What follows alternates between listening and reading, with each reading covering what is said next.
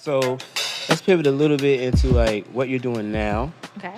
and how like all this stuff leads you up to. Because well, first let's talk a little bit about the Dublin like pick split, orange snap, words on picks, like Twit booth.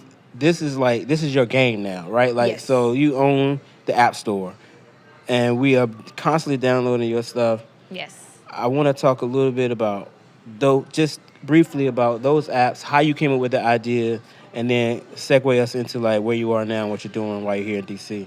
Every app that I did under the Sheena Allen apps brand came from random ideas.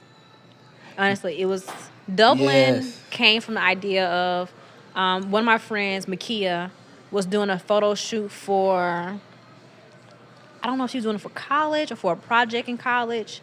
But anyway, she was playing basketball against herself.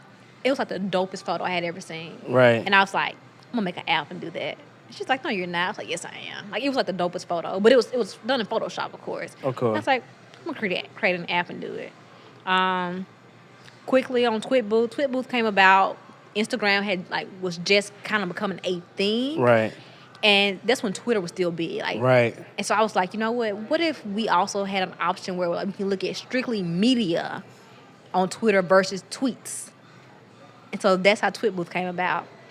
True story. Still have the email. Twitter hit me up and was like, "You're infringing on our name, so you have to put Twitbooth for Twitter." Blah blah blah. This is before they ever had their media tab. It was strictly tweets. About 3 months later, maybe 6 months later, they came out with the media tab. That's crazy. So like, did they offer you? See, this is the problem that I have with the industry, and I don't want to get on. We about to go back to this Black Panther thing, right? But let's be real. Like,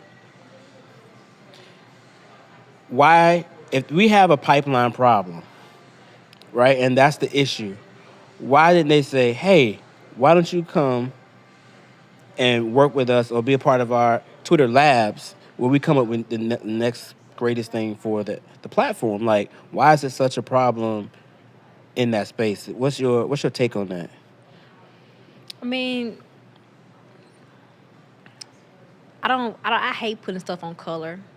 I'm actually one of those people who I think we're completely oversensitive right about now these days. For sure. So I don't put things on color. But what I will say is, when you had that 14-year-old kid, 15-year-old kid come with Oculus, Mark Zuckerberg could have easily been like, "We're Facebook. We can go do that same thing ourselves." Right. He didn't do that. He Right. paid that man. He paid him.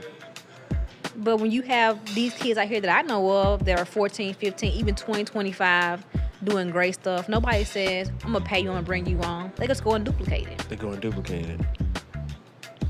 Why? I mean, honestly, I can't tell you why, but I'm just telling you that's the reality of the situation that we are in as a whole.